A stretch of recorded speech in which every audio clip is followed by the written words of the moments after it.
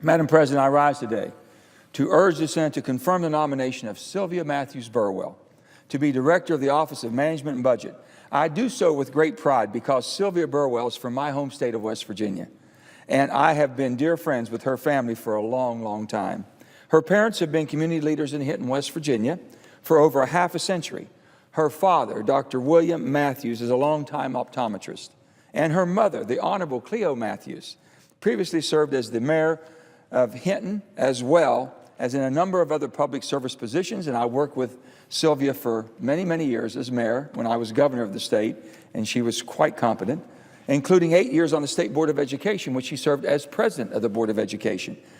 Madam President, if you want to know Sylvia, you should look at her small hometown of Hinton, West Virginia, and the surrounding Summers County that she grew up in, because that is her grounding. It is pure Americana, a one-time railroad boomtown woven into the mountains of Appalachia. The downtown historic district, 200 buildings, including churches, storefronts, and private residences, is an architectural gem of American Gothic, Classical, Victorian, and Greek Revival. I'll tell you, Madam President, it's a movie just waiting to happen. Hinton is the ideal example of small-town West Virginia and probably small-town America. It only has 2,600 residents. That's a pretty large town for West Virginia, and probably North Dakota also, Madam President. It's nestled into a lush green valley on the banks of the New River, surrounded by the towering, majestic mountains and forest of Summers County, one of the most beautiful counties in West Virginia. New River is one of the oldest rivers in the world. It flows south to north, which may be due to the fact that it was formed long before the Appalachian Mountains. This is a special place Sylvia Mathews Burwell calls home, a showcase for the best of West Virginia and America. The beauty, the outdoors, and the people are warm and welcoming. Sylvia is humble. She's hardworking and has spent most of her life helping hardworking families everywhere achieve the American dream her Greek immigrant grandparents found in this country. She went off to Harvard, was a Rhodes Scholar, and has traveled the world over. But she has never lost touch with her West Virginia roots and the ties that bind us together. No matter where she is, one day each week, like clockwork, Sylvia is on the phone with the two best friends she made in the first grade in Hinton. Think about it. That's who we are. That is the heart and soul of West Virginia, friends and family. But make no mistake, Madam President, I'm supporting Sylvia's nomination, not because she is from West Virginia, which makes it all that much sweeter, but because she embodies the best of our state and our country. In West Virginia, we judge people by their deeds as much as their words. And Sylvia has already accomplished so much in her life, the public service and philanthropy she's been involved with. Sylvia Mathews Burwell is an exceptional choice to lead the Office of Management and Budget, especially in the aftermath of sequestration, which is what you know we're going through now, Madam President, and so many of our colleagues detailed on the Senate floor this past week, and we're still discussing. I say that because Sylvia served as Deputy Director of Office of Management and Budget, which now she will become Director of, from 1998 to 2001, which was our last era.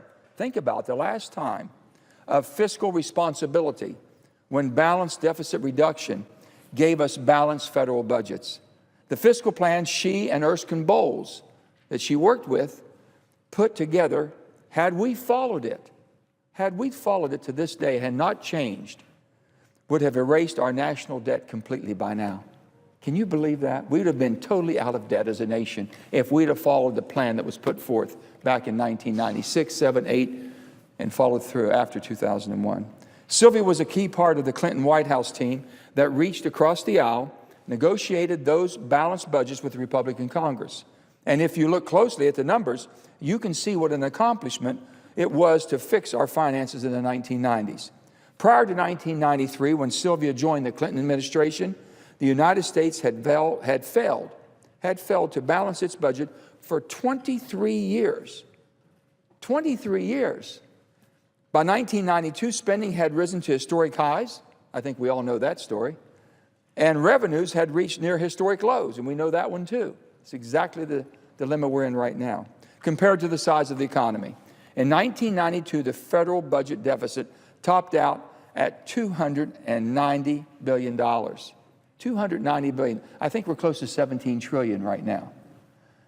By the time Sylvia left the Clinton White House and went to the Office of Management and Budget in 1998 as the deputy, the wheels in motion of sustainable balanced budget for years to come. She put those wheels. Spending had shrunk drastically and revenues were soaring to historic highs. Thanks to a thriving U.S. economy and reasonable tax policies, that ensured both corporations and wealthy individuals paid their fair share. In 1998, for majorities expired. Can I ask for more time? Then I ask for permission to speak up to 5 more minutes. Or I'm sorry, and then at that time I want to be able to turn over to the senator from Iowa. I need about. I'll finish up in just a few minutes. I'm just about done. Without objection.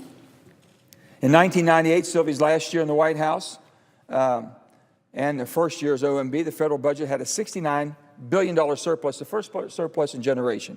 Sylvia has been out of government for the last 12 years, but I'm confident she will bring a fresh perspective to the fiscal debates we'll be having over the next few years.